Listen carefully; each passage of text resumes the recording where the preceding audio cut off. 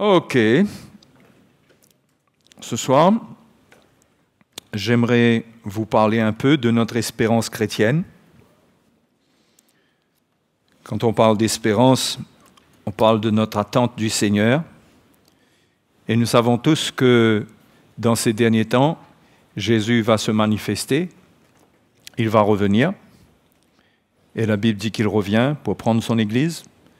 Dans Jean chapitre 14, il a fait la promesse que lorsque la place aura été prête, parce qu'il s'en est allé pour préparer une place, lorsque cette place aura été prête, il reviendra pour nous prendre avec lui, là où il est, et on sera pour toujours avec lui.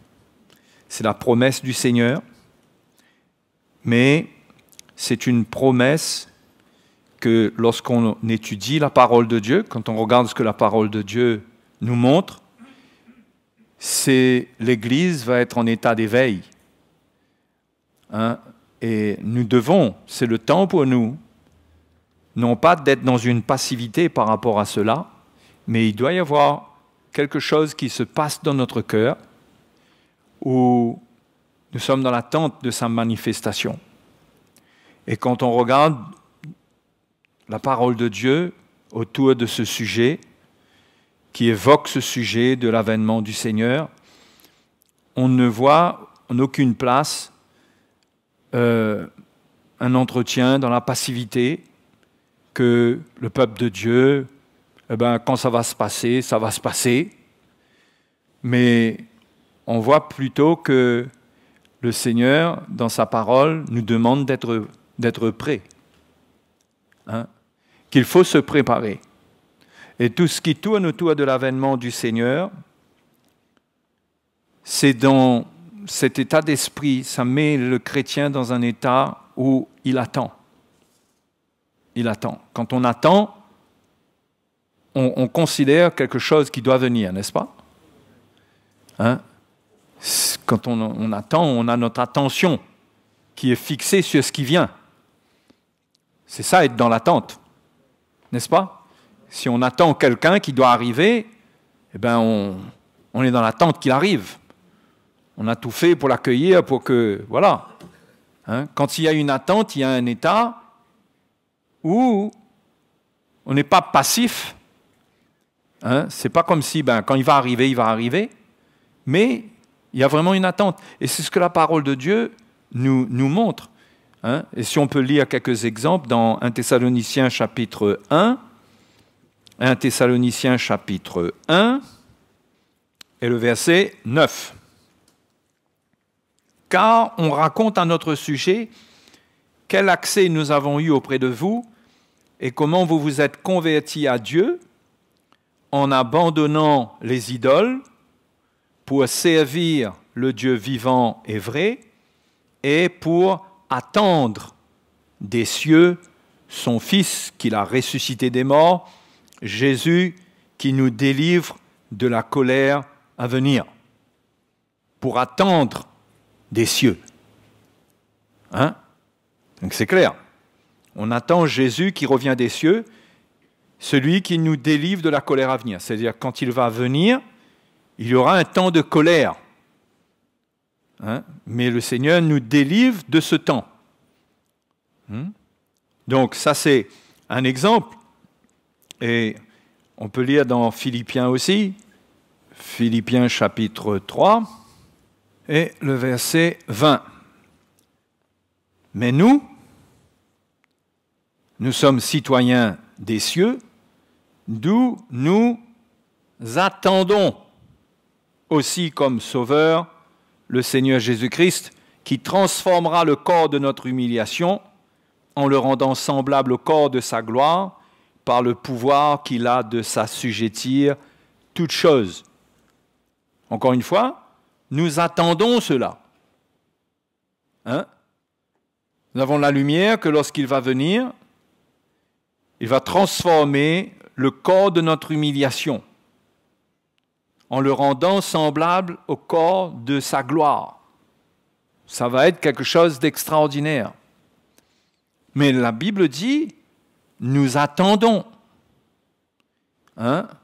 Et il est certain que si nous marchons avec le Seigneur dans ces derniers temps, cette attente, nous devons la vivre. Et je crois que c'est le temps pour nous. Nous nous rapprochons de ce jour. Et nous devons attendre.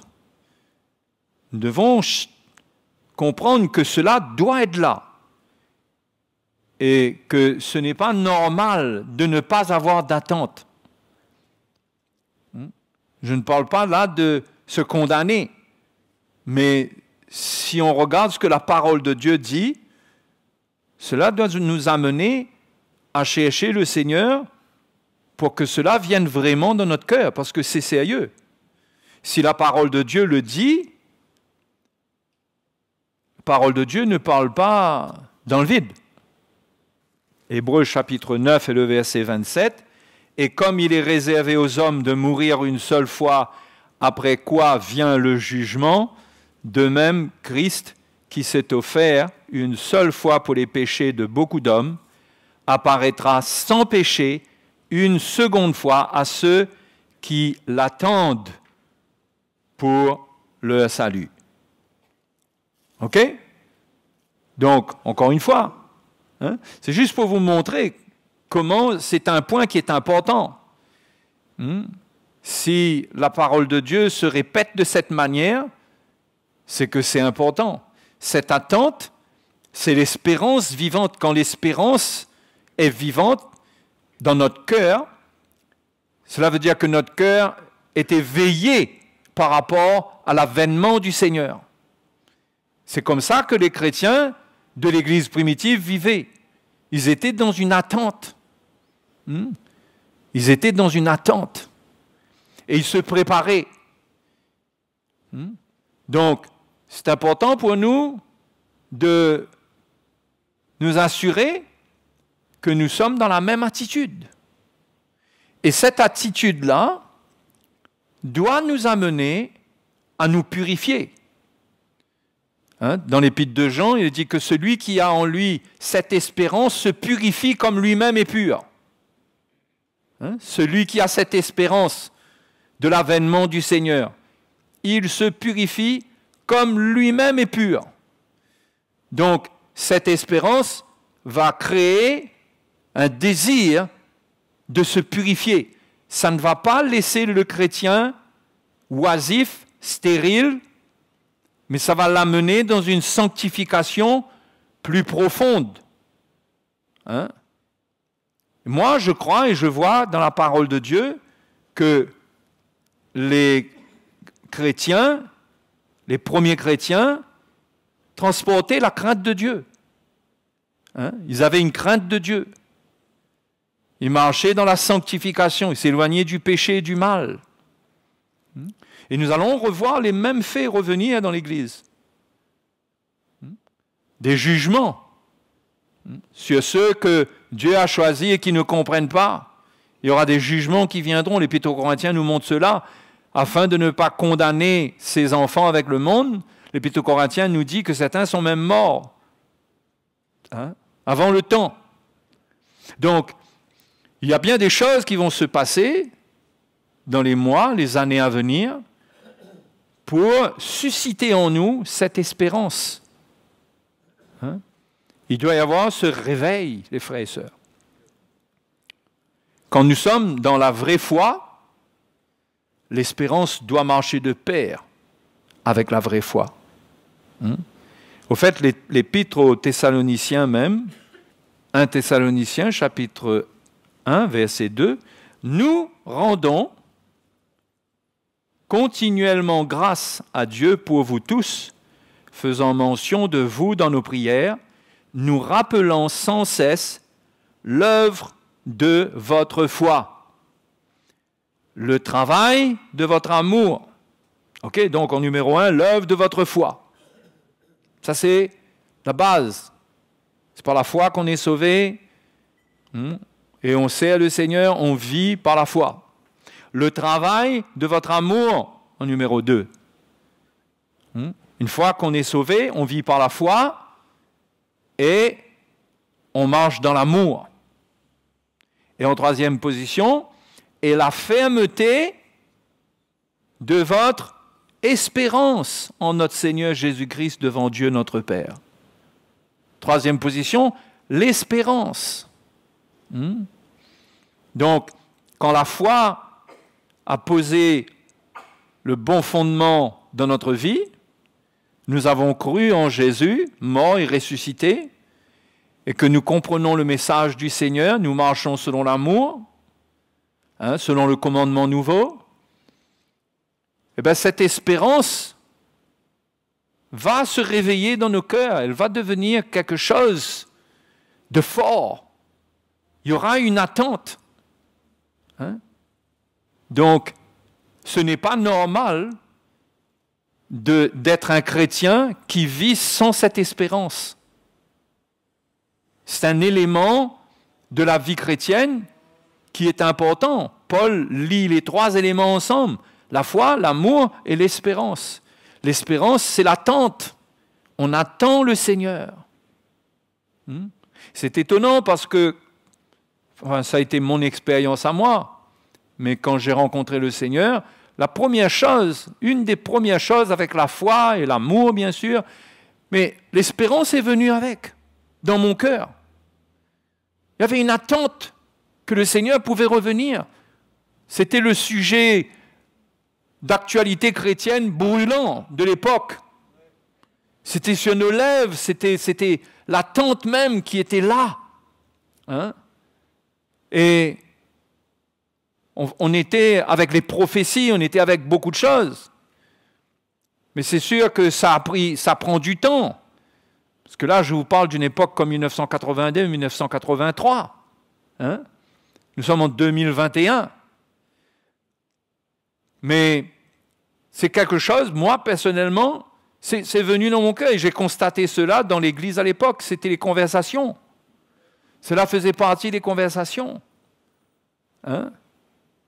Et je crois que c'est dangereux pour une Église, pour les chrétiens, d'oublier cela. D'enlever cette attente, de ne plus attendre. Parce que si on n'a plus cette attente, finalement, c'est comme si on ne croit plus dans l'accomplissement de la promesse. Ça peut finir par arriver à là. On n'attend pas parce qu'on ne croit pas que ça peut se passer maintenant. Si on croyait que ça se passerait maintenant, on attendrait. N'est-ce pas? Et si on attend, c'est parce qu'on pense que ça peut se passer n'importe quand. Donc, il y a des choses qui doivent susciter cette attente. Premièrement, Jésus a laissé des signes. Et il y a des signes qui sont forts. Mais je crois vraiment que l'élément qui est encourageant, c'est le retour du message de la croix dans l'Église. Ça n'est peut-être pas cité textuellement comme un signe par le Seigneur, mais c'est un élément de restauration de l'Église qui est capital. Sans cela, l'Église ne reviendra pas sur le fondement. Sans fondement, l'Église ne sera pas prête.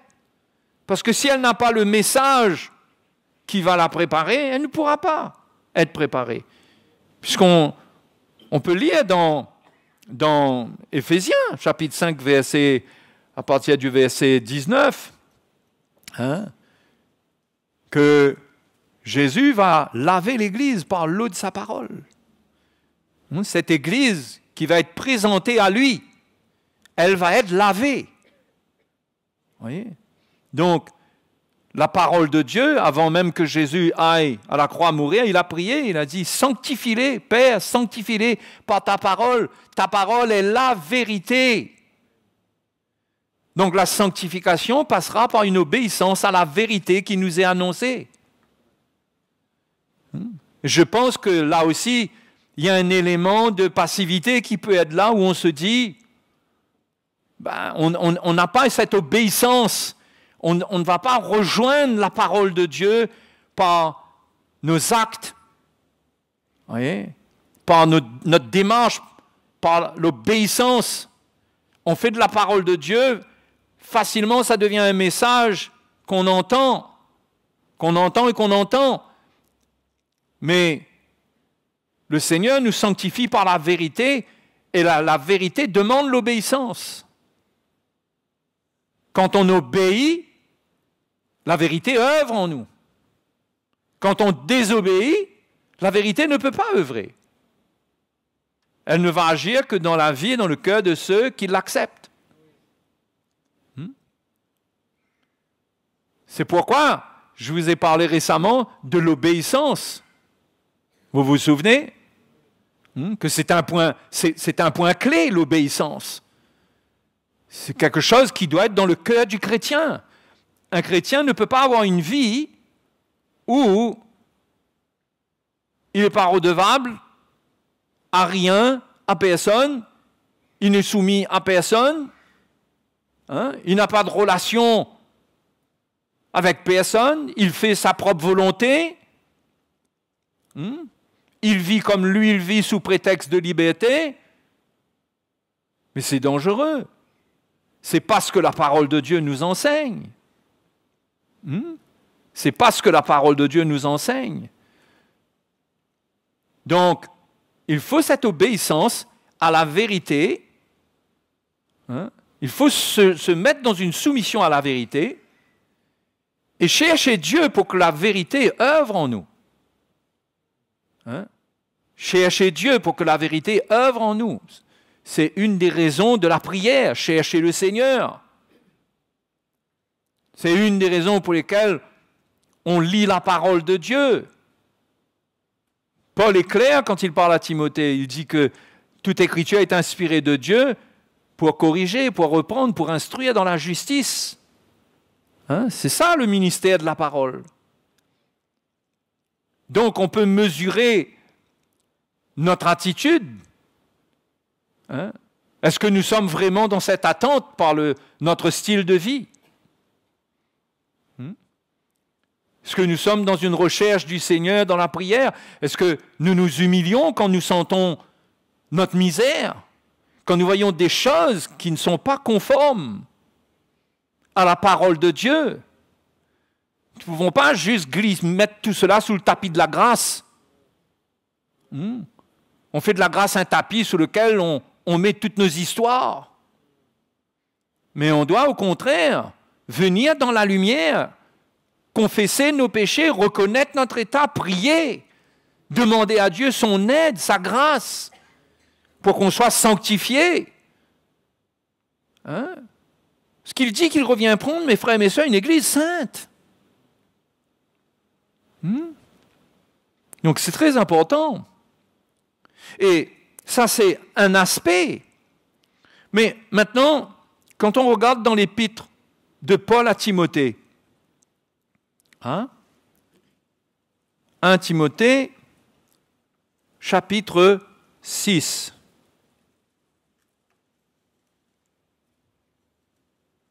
Verset 11.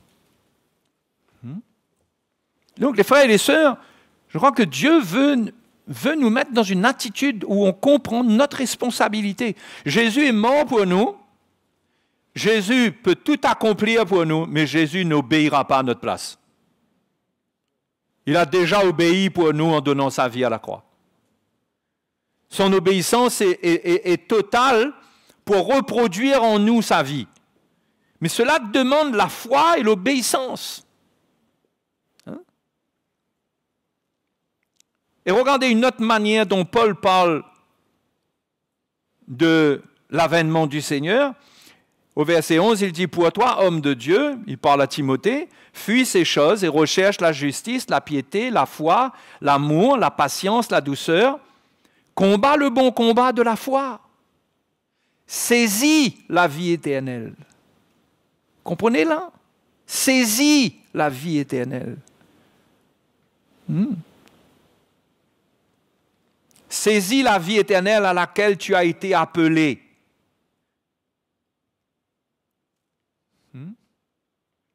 Saisis la vie éternelle. Ça parle quand même de quelque chose qui doit être fort. On a une main tendue quand on va saisir quelque chose. On veut l'attraper, on ne veut pas le lâcher. Cette vie éternelle dont il parle, ce n'est pas le salut. Ce n'est pas le salut qui a été donné par le pardon de nos péchés à notre conversion. Regardez le contexte. Saisis la vie éternelle à laquelle tu as été appelé et pour laquelle tu as fait une belle confession en présence d'un grand nombre de témoins. Je te recommande devant Dieu qui donne la vie à toute chose et devant Jésus-Christ qui fit une belle confession devant Ponce Pilate, de garder le commandement et de vivre sans tâche, sans reproche, jusqu'à l'apparition de notre Seigneur Jésus-Christ, que manifestera en son temps le bienheureux et seul souverain, le roi des rois et le Seigneur des seigneurs, qui seul possède l'immortalité, qui habite une lumière inaccessible, que nul homme n'a vu ni ne peut voir, à qui appartiennent l'honneur et la puissance éternelle. Amen. Le contexte, c'est le contexte de l'apparition du Seigneur, de l'avènement du Seigneur. Et Paul exhorte Timothée, il y a 2000 ans de cela, Paul a exhorté Timothée d'attendre et d'être dans une attitude où il va saisir la vie éternelle, pour qu'il saisisse. On sent bien dans ses propos qu'il n'y a pas de passivité, il n'y a pas d'attente cool. Je ne parle pas de l'autre extrême qui est se mettre sous condamnation. Je ne parle pas de cela. Mais on voit bien ici, le verset 12 commence par « Combat le bon combat de la foi ». Saisis la vie éternelle. Le bon combat de la foi, ça doit amener un chrétien à saisir la vie éternelle. Déjà, il l'a saisie. Déjà, quelque part, il l'a saisi parce qu'il saisit la vie de Christ. Il accepte l'œuvre de Dieu dans sa vie. Il est en communion avec Jésus. Il y a une œuvre qui se fait en lui. Et il est en communion avec cette vie, déjà. Mais il y a un moment où il va pleinement saisir cette vie. Il faut être dans cette attente pour saisir. Il faut avoir les mains ouvertes, les mains tendues. Bien sûr que ça ne parle pas de mains ici. Mais ça nous montre que Paul dit à Timothée, montre à Timothée qu'il y a quelque chose de lui qui doit exister. C'est lui qui doit saisir la vie éternelle. C'est lui qui doit saisir. Il doit se mettre en place et dans un état tel qu'il arrive à saisir la vie éternelle.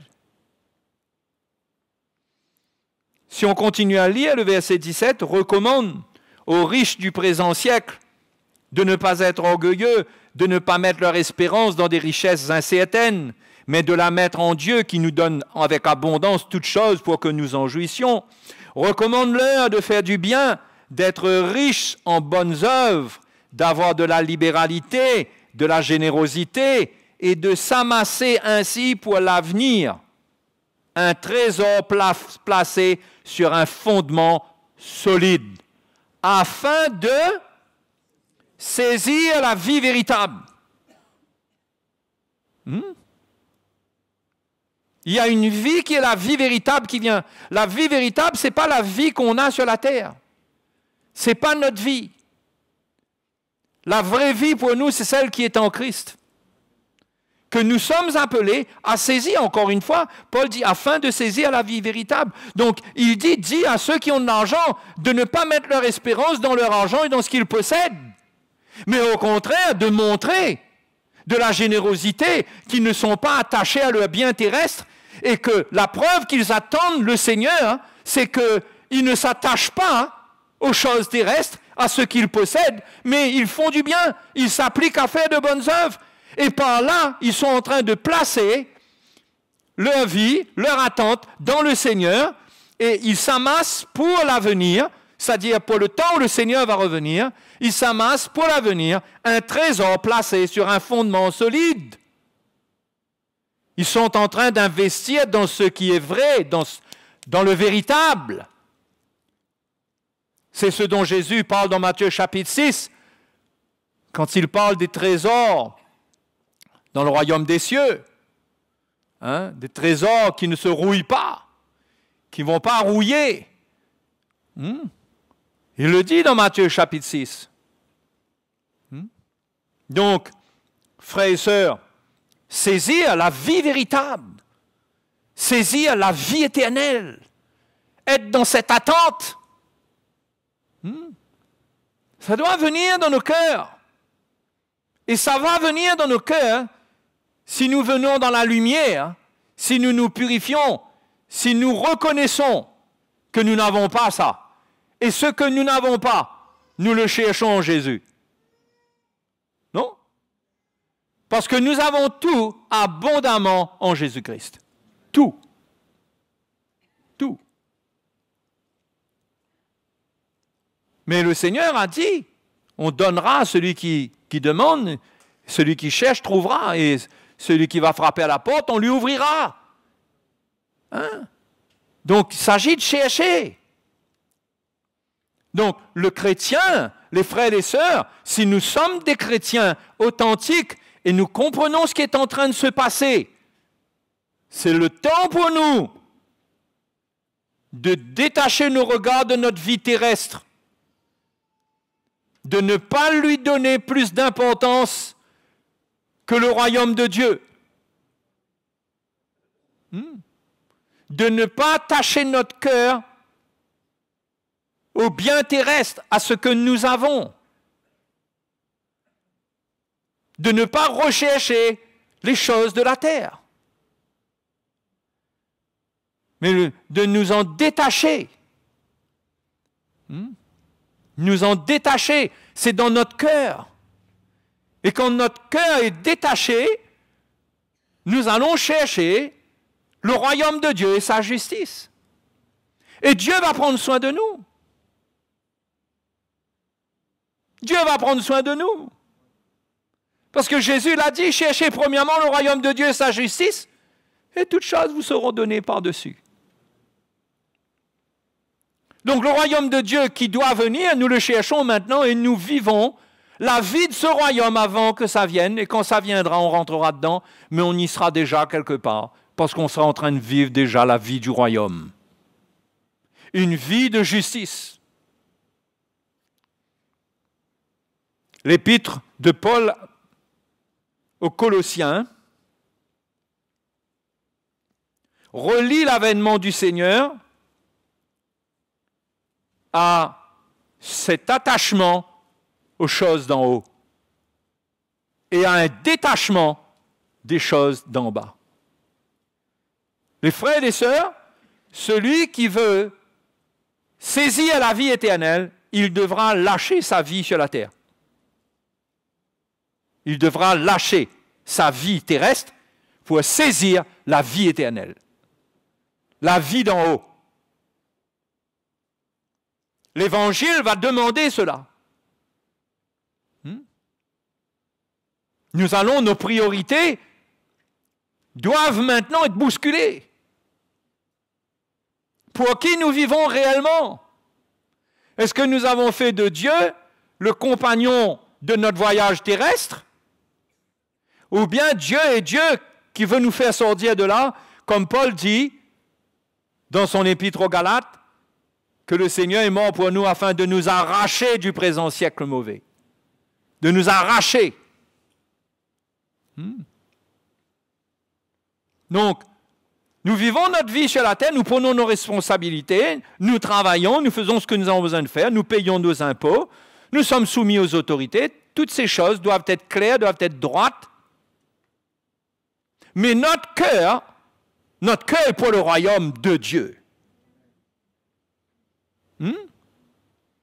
Et cette attente doit grandir.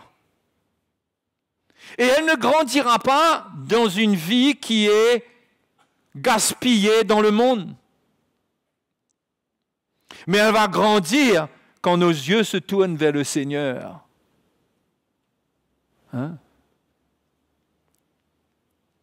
Parce que là où est ton trésor, là sera ton cœur. Si tu chéris le royaume de Dieu, ton cœur sera dans le royaume de Dieu. Et rien ne sera une loi pour toi. Faire du bien ne sera pas une loi pour toi. Ça ne sera pas quelque chose qu'on t'impose. Mais ça sera normal. Parce que la vie du royaume, c'est de s'aimer les uns les autres. C'est de se soutenir, c'est de vivre les uns pour les autres. C'est de mettre à la disposition des autres le don qu'on a reçu de Dieu. C'est la vie du royaume.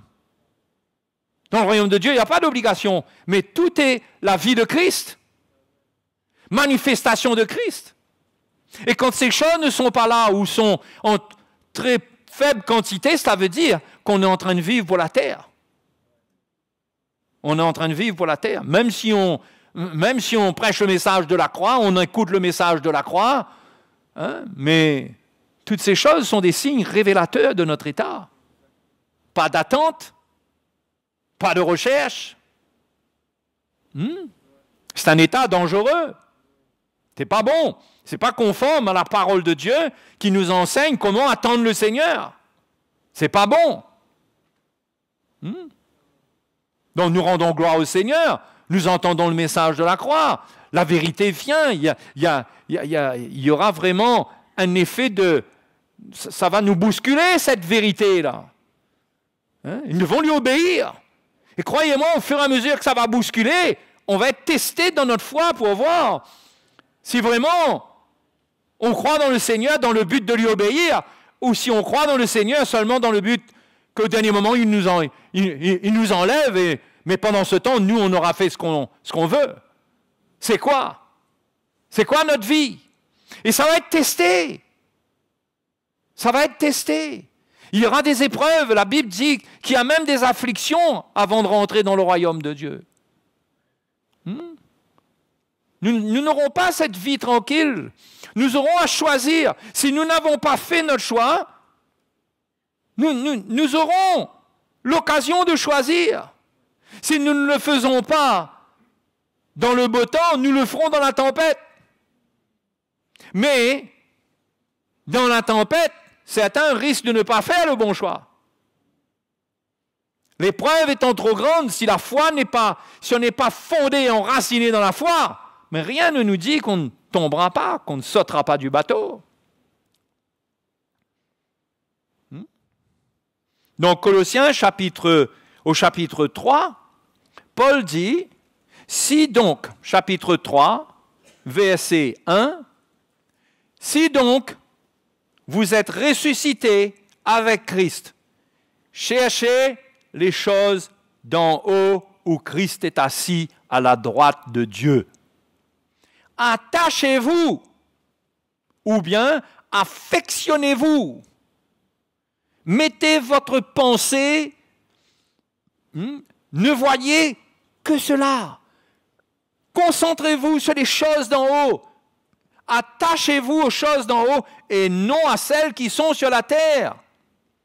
Car vous êtes morts et votre vie est cachée avec Christ en Dieu. Quand Christ, votre vie, paraîtra, ça parle de son avènement, alors vous paraîtrez aussi avec lui dans la gloire. Encore une fois, on voit l'avènement du Seigneur ici, que Paul mentionne, suite à son exhortation à vivre notre vie sur le fondement de la mort et de la résurrection de Christ. En vivant notre vie conformément à cette mort et cette résurrection, ce qui signifie que nous cherchons les choses d'en haut, nous ne nous attachons pas aux choses terrestres, mais nous cherchons le royaume de Dieu. C'est dans notre cœur. C'est ça qui met l'espérance, parce que quand on s'attache au royaume de Dieu, on a une espérance. On ne s'attache pas au royaume de Dieu comme ça. On s'attache au royaume de Dieu parce qu'il va bientôt se manifester. On y met notre cœur. Et Paul dit, votre vie est cachée avec Christ en Dieu. Quand Christ, votre vie paraîtra, comme vous êtes cachés avec Christ en Dieu, quand Christ paraîtra, comme vous êtes en lui, vous paraîtrez vous aussi. Ce que nous sommes dans notre cœur va paraître. Aujourd'hui, ce que nous sommes, c'est caché. Personne ne voit quand il nous regarde, ne voit physiquement le royaume de Dieu. Mais le royaume de Dieu, il est en nous. Mais nous devons le vivre pour que nous devons cultiver cette vie du royaume. Que ça devienne une réalité en nous. Pour que quand le moment arrive, le royaume de Dieu va se manifester, Christ va paraître, et bien là, nous paraîtrons avec lui, nous serons transformés en un clin d'œil, à son image. Nous serons avec lui. Mais encore une fois, ces encouragements, cette lumière vient dans le cadre d'une consécration au Seigneur, d'une consécration aux choses d'en haut, aux choses de Dieu, et en même temps de se détacher des choses d'ici-bas. Attachez-vous aux choses d'en haut et non à celles qui sont sur la terre. Quand vous êtes morts, frères et sœurs, il est temps de se regarder comme morts. Mort à quoi? Mort à la vie dans ce monde. Mort au péché, mort à notre propre volonté, obéissant. Nous sommes morts quand nous avons pris notre baptême. Nous avons accepté cette mort. Quand vous êtes morts, il nous faut chercher le Seigneur pour vivre la puissance de cette mort. Au verset 20, Paul parle de la mort. Au verset 1 du chapitre 3, il dit si vous êtes ressuscité, mais avant cela, il dit si vous êtes mort. Verset 20. Regardez ce qu'il dit, c'est intéressant. Si vous êtes mort avec Christ aux principes élémentaires du monde, pourquoi, comme si vous viviez dans le monde, vous impose-t-on ces préceptes? Ne prends pas, ne goûte pas, ne touche pas. Préceptes qui tous deviennent pernicieux par l'abus. En langage plus simple, c'est fatigant. À la fin, c'est fatigant. L'usage de ces choses-là, c'est fatigant au point de rendre malade, quoi. Pernicieux par l'abus, et qui ne sont fondés que sur les ordonnances et les doctrines des hommes. Ils ont en vérité une apparence de sagesse, en ce qu'ils indiquent un culte volontaire, de l'humilité et le mépris du corps, mais cela est sans valeur réelle et ne sert qu'à satisfaire la chair. Qu'est-ce qu'il est en train de dire? Tout ce qu'on fait dans un esprit religieux, ça ne sert à rien. Tout ce qu'on essaye de faire, de ne pas faire, d'éviter de faire. C'est pourquoi Paul dit, mais on n'a pas besoin de vous imposer ces préceptes, vous n'avez pas besoin d'être soumis à des préceptes. Ne prends pas, ne goûte pas, ne touche pas. Il dit parce que on est mort avec Christ. Quand on est mort avec Christ, on ne peut plus imposer à un mort des préceptes. C'est pas sur la base de la religion que nous répondons à l'appel de Dieu. Ce n'est pas avec un programme qui fait appel à notre capacité d'arrêter de faire ceci, d'arrêter de faire cela, de manger ceci, etc., de faire ceci ou de faire cela. Non, il dit que nous sommes morts à tous ces préceptes, à toutes ces choses. Donc, la mort du Seigneur, c'est une victoire pour nous parce que ça enlève l'obligation, ça enlève l'imposition. La mort du Seigneur nous rend libres. D'accord? Mais la vie que nous devons vivre, elle est décrite en disant si vous êtes ressuscité avec Christ. C'est quoi notre vie? C'est de chercher les choses d'en haut. C'est de nous attacher aux choses d'en haut et non à celles qui sont sur la terre. Là, on va vivre quelque chose. Là, on va vivre quelque chose. C'est là la vie du chrétien. C'est dans la résurrection avec Christ qu'il y a notre style de vie. Dans la mort, il y a simplement le fait qu'on n'a pas besoin de nous imposer quoi que ce soit. C'est fini. On n'a pas affaire à la religion. Mais la puissance de la résurrection qui œuvre en nous, nous fait vivre une vie nouvelle. Et cette vie nouvelle, c'est chercher les choses d'en haut.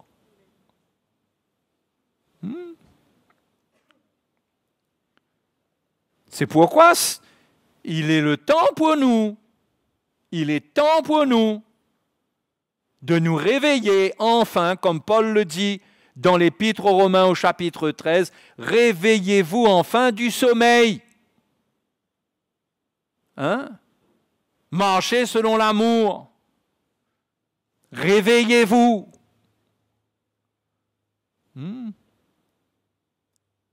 Le réveil, c'est cet amour, c'est ce don de notre vie, c'est que tout dans notre vie montre qu'on attend le royaume. Hein? C'est ce réveil qui doit se passer, les frères et sœurs. Cet attachement, cette recherche des choses d'en haut.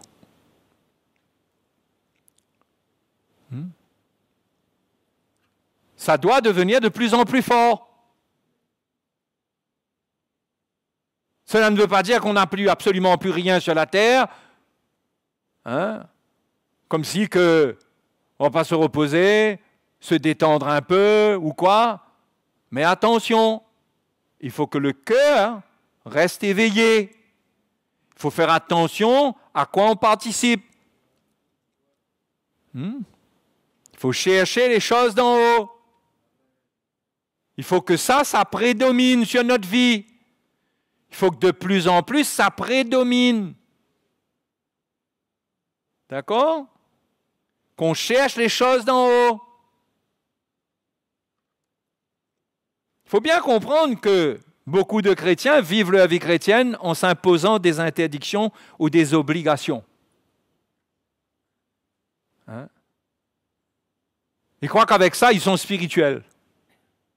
Interdit de regarder la télé, interdit d'aller dans tel endroit. Ils se mettent des interdictions. Interdit de faire ceci. Par contre, obligé de faire ça, obligé de faire ça. Ça, c'est la religion. C'est la religion. Il faut chercher les choses d'en haut. Il faut que dans notre cœur, nous sommes intéressés par les choses d'en haut. C'est quoi les choses d'en haut? Qu'est-ce qu'il y a en haut qui doit faire notre vie pendant que nous sommes là? Eh bien, ça commence déjà par un mot, la justice. Ça commence déjà par un mot, justice. Recherchez la justice, parce que qu'est-ce qu'il y a en haut en Christ? Il y a la justice.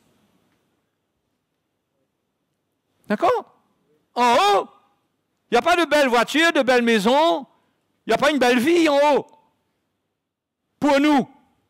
Il n'y a pas des choses qui sont en haut qui sont pour nous. C'est comme si qu'on trouverait les choses de la terre qui sont en haut, que nous devons rechercher ces choses-là pour que Dieu nous les donne ici-bas. Non. Ce que Dieu doit nous donner qui est en haut, c'est spirituel. Ce n'est pas matériel. C'est pourquoi Jésus dit cherchez premièrement le royaume de Dieu et sa justice. D'accord?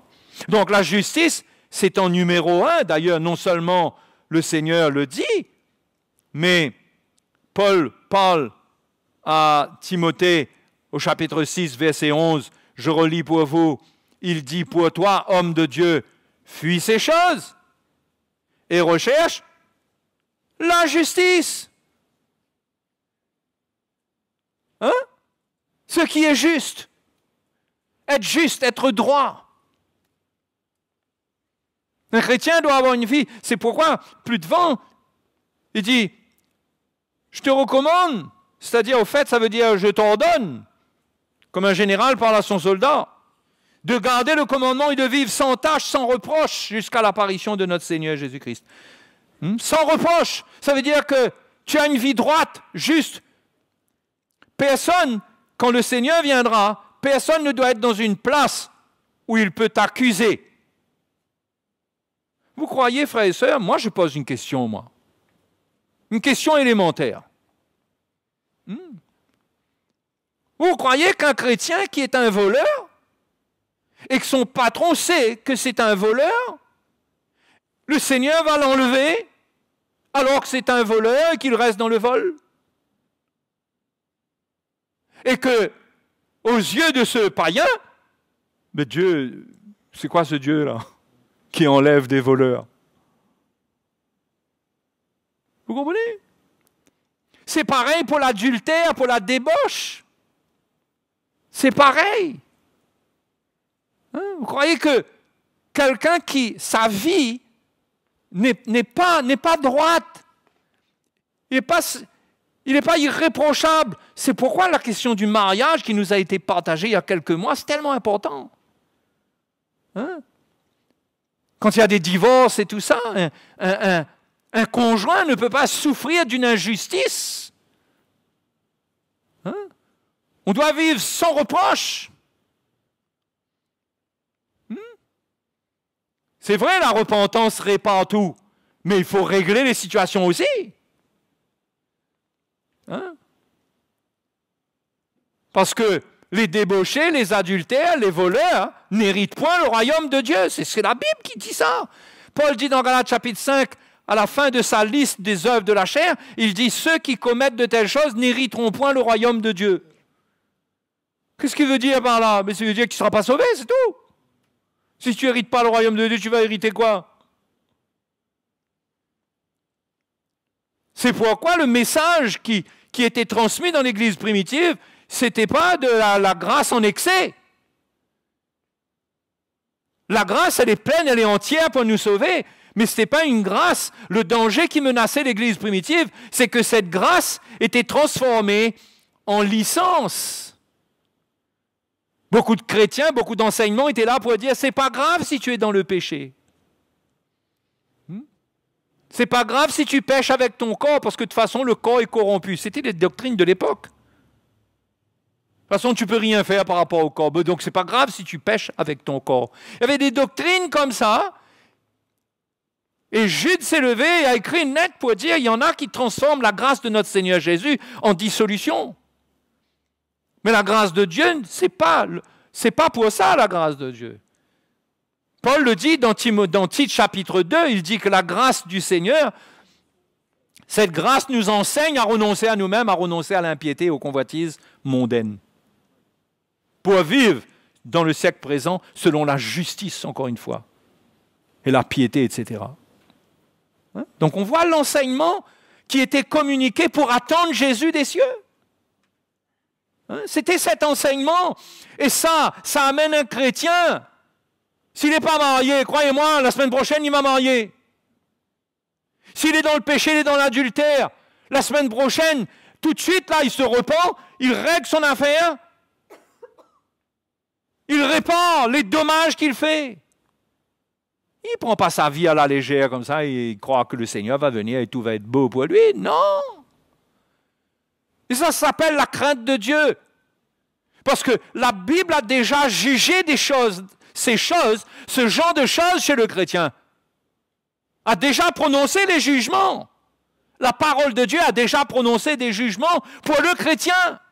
En leur disant, ceux qui commettent de telles choses n'hériteront point. Mais comment on prend ces versets-là pour les tourner autrement? C'est pas écrit en bon français, ça? Ah non, frère, ça ne veut pas dire ça, hein? Non, parce que le chrétien, il ne faut pas toucher au salut du chrétien. Le chrétien, il a la vie éternelle automatiquement. Moi, je ne vois pas l'automatisme là-dedans, moi. Je ne vois pas ça quand je lis la parole de Dieu. Je vois Paul qui dit « saisis la vie éternelle », je parle d'attendre. Je vois qu'il y a des avertissements concernant ceux qui marchent dans les ténèbres, ceux qui vivent dans le péché. Il y a des avertissements. Pourquoi il y a des avertissements? Pourquoi il y a des avertissements si tout est OK? Mais il y a des avertissements parce que c'est grave. Parce que c'est grave. On peut passer à côté de l'appel de Dieu. Parce qu'une vie de péché ne correspond pas à la vie de la foi qui a été transmise une fois pour toutes. La vie dans le péché ne correspond pas. Si on vit une vie, soi-disant de la foi, qui nous fait vivre avec le péché, c'est pas, dans ce cas, ce n'est pas la bonne foi. On a mal compris, ou bien on est en train de désobéir à la foi. Vous comprenez? Donc, la crainte de Dieu doit nous saisir. Et on doit être pur dans nos cœurs. On doit être pur dans notre cœur. Pur dans nos relations. Jésus a dit, ne jugez pas afin de ne pas être jugé. On doit être pur. L'Épître aux Hébreux dit la sanctification sans laquelle personne ne verra le Seigneur. Il faut qu'on réalise qu'il doit y avoir une recherche, une aspiration, une attente. On tend vers le royaume de Dieu et on est éprouvé, mais on montre par notre vie que nous, notre vie, c'est le royaume. Notre vie, c'est le royaume. Ce n'est pas la terre.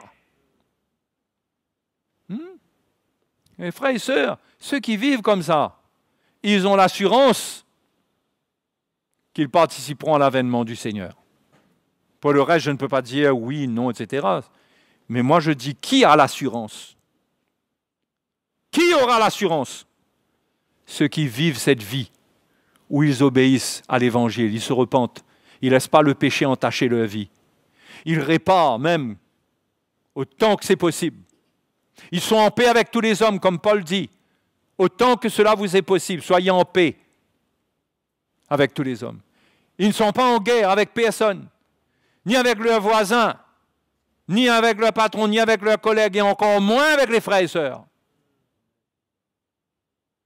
Encore moins. Ils sont clairs dans leur cœur. Ils sont soumis comme on est soumis dans le royaume de Dieu. Les frères et les sœurs, est-ce qu'on est censé être soumis aux autorités du monde? Hein? Mais les autorités du monde, c'est pour le royaume du monde. Oui ou non? Les autorités qui sont dans le monde, c'est les autorités pour gérer le monde. Et nous sommes soumis aux autorités dans le monde. Pourquoi, quand il s'agit du royaume de Dieu, nous n'avons pas de soumission? Donc, le royaume de Dieu est pire que le royaume du monde.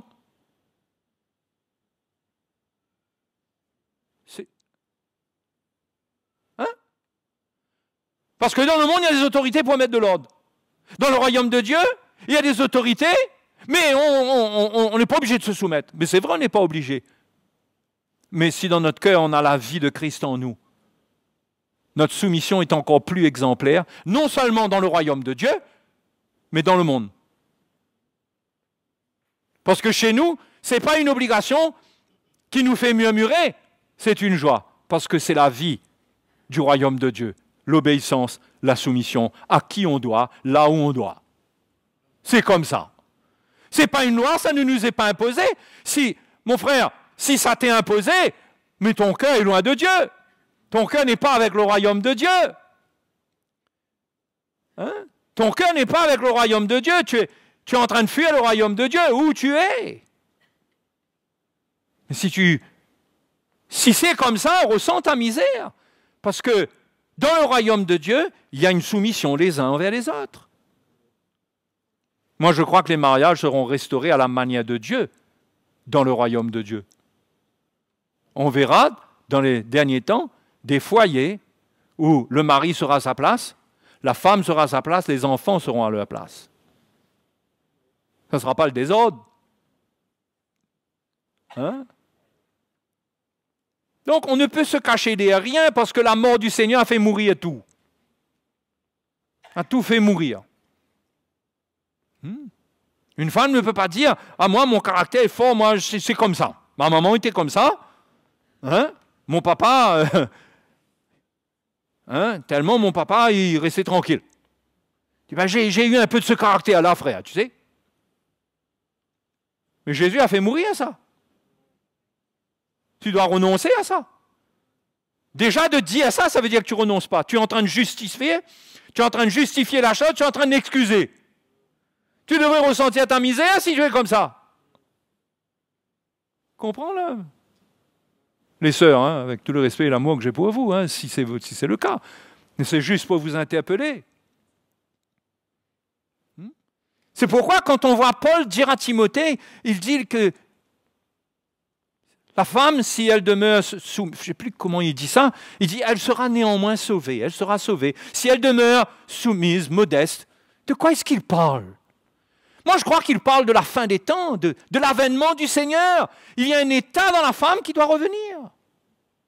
C'est un cœur, c'est une attitude. Mais comment ça va se passer? Il faut que dans chacun de nous, là où on est, et pareil pour l'homme qui est complètement déresponsabilisé, il y a une attitude de se retirer et de laisser l'autre gouverner. Il y a une restauration qui doit remettre les choses en place, mais ça vient par la vérité.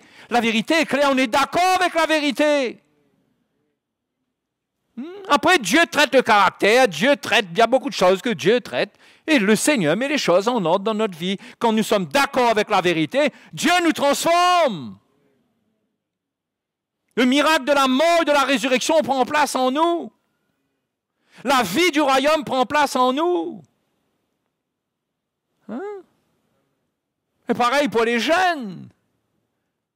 Vous êtes un jeune. Vous devez avoir une attitude respectueuse envers vos parents. Tout ça, c'est pareil.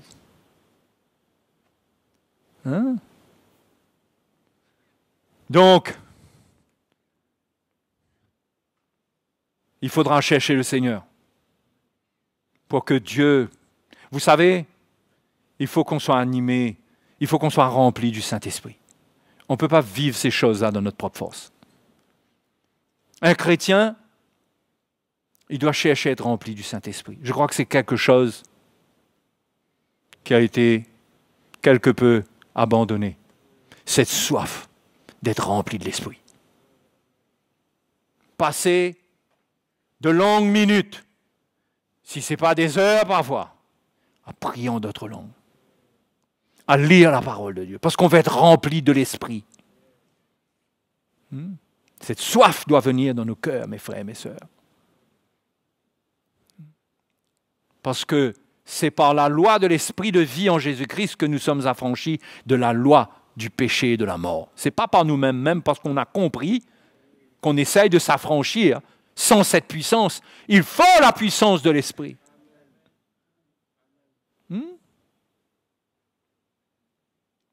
Nos conversions, nos premières conversions, quand je parle de moi, par exemple, ou de notre époque, les gens étaient baptisés dans le Saint-Esprit, ils étaient animés du Saint-Esprit. Il y avait des prophéties, il y avait une vie, il y avait quelque chose qui faisait que le cœur des chrétiens était avec le royaume de Dieu quelque part, oui. Ils étaient concernés par la maison de Dieu, ils étaient dans une attente, ils avaient des paroles pour encourager les chrétiens. Il y avait cette vie qui les animait, parce qu'il y avait cet amour, parce qu'il y avait cette foi. L'église, ce n'était pas une religion, on venait s'asseoir pour écouter un message, mais il y avait quelque chose qui nous animait. Ce n'est pas juste la connaissance, on essaye de mettre en pratique la connaissance. Non, ça c'est zéro, ça. Ça n'a aucune valeur. La vie, c'est la vie par l'Esprit. C'est pourquoi, qu'est-ce qu'on faisait? À l'époque, on priait, on jeûnait. On cherchait le Seigneur. On veut voir son royaume. On veut voir la vie du royaume de Dieu dans l'Église. Pas seulement pour nous être remplis de l'Esprit tout seul, parce qu'on est dans un corps, le Seigneur construit un corps. On veut voir la gloire de Dieu. Et là, peut-être que certains commencent à être saisis, vont mettre du temps à part pour crier vers le Seigneur, pour s'humilier pour eux-mêmes, pour leur famille, pour l'Église. Moi, je pense que cette soif va nous amener à la source pour boire. Il faut que cette soif-là vienne et qu'on réalise notre misère. D'être sans cela, d'être avec une compréhension d'un message, mais de manquer de cette teneur en vie de l'Esprit. Rempli de l'Esprit. Et quand on est rempli de l'Esprit, le fruit de l'Esprit prend le dessus. L'amour est dans notre cœur. L'amour nous donne envie de faire du bien. L'amour de Dieu ne peut pas laisser quelqu'un assis. L'amour de Dieu lui donne envie de faire du bien. C'est sa nourriture. S'il ne fait pas du bien, c'est comme s'il ne mange pas. Faire la volonté de Dieu, Jésus a dit, la nourriture, eh ben, c'est ça, c'est faire la volonté de Dieu. Lui, c'était sa nourriture, c'était faire la volonté du Père. Hein? Et les frères et les sœurs, on va arrêter d'être occupés à nos petites misères. On va arrêter. On aura une vie, pas pour nous, une vie pour Jésus, c'est-à-dire que Jésus renvoie aux autres. Une vie pour les autres. Qu'est-ce qui va réveiller le témoignage pour ceux qui sont perdus? C'est cette vie-là. C'est la puissance de l'Esprit. Hein? Et le Seigneur, il n'a pas envoyé ses disciples comme ça pour devenir des témoins comme ça. Lui, il a dit, attendez la puissance d'en haut. Hein? Il a dit, attendez. Ça veut dire quoi? Ça veut dire qu'on a été baptisé en 1975, ça y est, on a cette puissance-là. On peut avoir été baptisé du Saint-Esprit en 1975 et être sec aujourd'hui. J'espère que la date ne correspond au baptême de personne. Parce que j'ai voulu viser personne. J'ai pris la date la plus éloignée possible. Enfin, ça, on peut aller encore plus loin.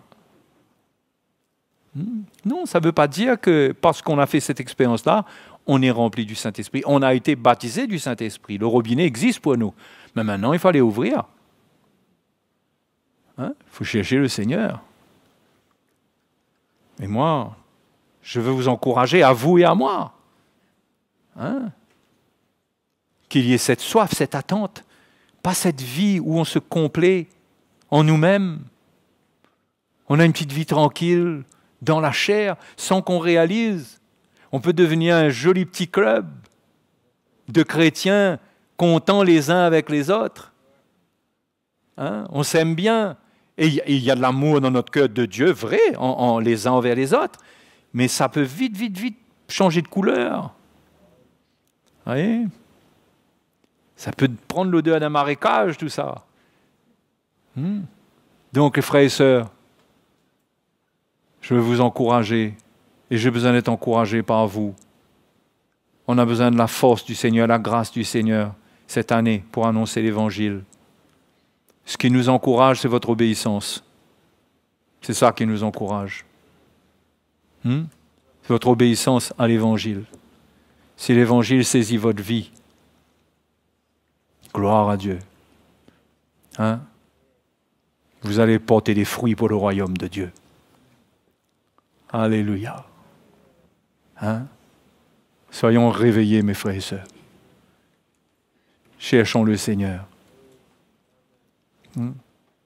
Quand on a commencé à mettre cette plateforme de prière, ce programme de prière, moi, franchement, dans mon cœur, c'était pour que les chrétiens, ceux qui ne prient pas, ou peu, qui sont encouragés à prier, à commencer à chercher Dieu. Mais je veux vous dire, allez plus loin. Cherchez le Seigneur, comme je l'ai dit la dernière fois, en famille. Il faut que notre maison devienne aussi le royaume de Dieu. Si c'est possible pour nous, vous n'allez pas faire une réunion de prière avec un mari qui ne connaît pas le Seigneur et qui n'est pas d'accord. Vous allez peut-être vous mettre dans la chambre, je ne sais pas comment vous allez faire, chacun voit. Mais je dis qu'il est temps pour nous de vivre la vie du royaume de Dieu comme quelque chose de réel. Alléluia.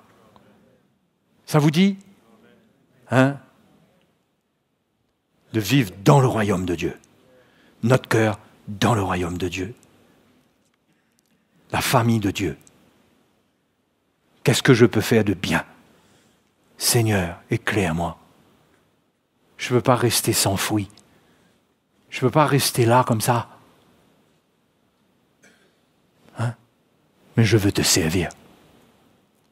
Sinon les idoles vont me rattraper. Les idoles que j'ai abandonnées, si je ne sers pas le Dieu vivant et vrai, vont me rattraper, me mentir, me voler mon argent, me voler mes dons, tout me voler.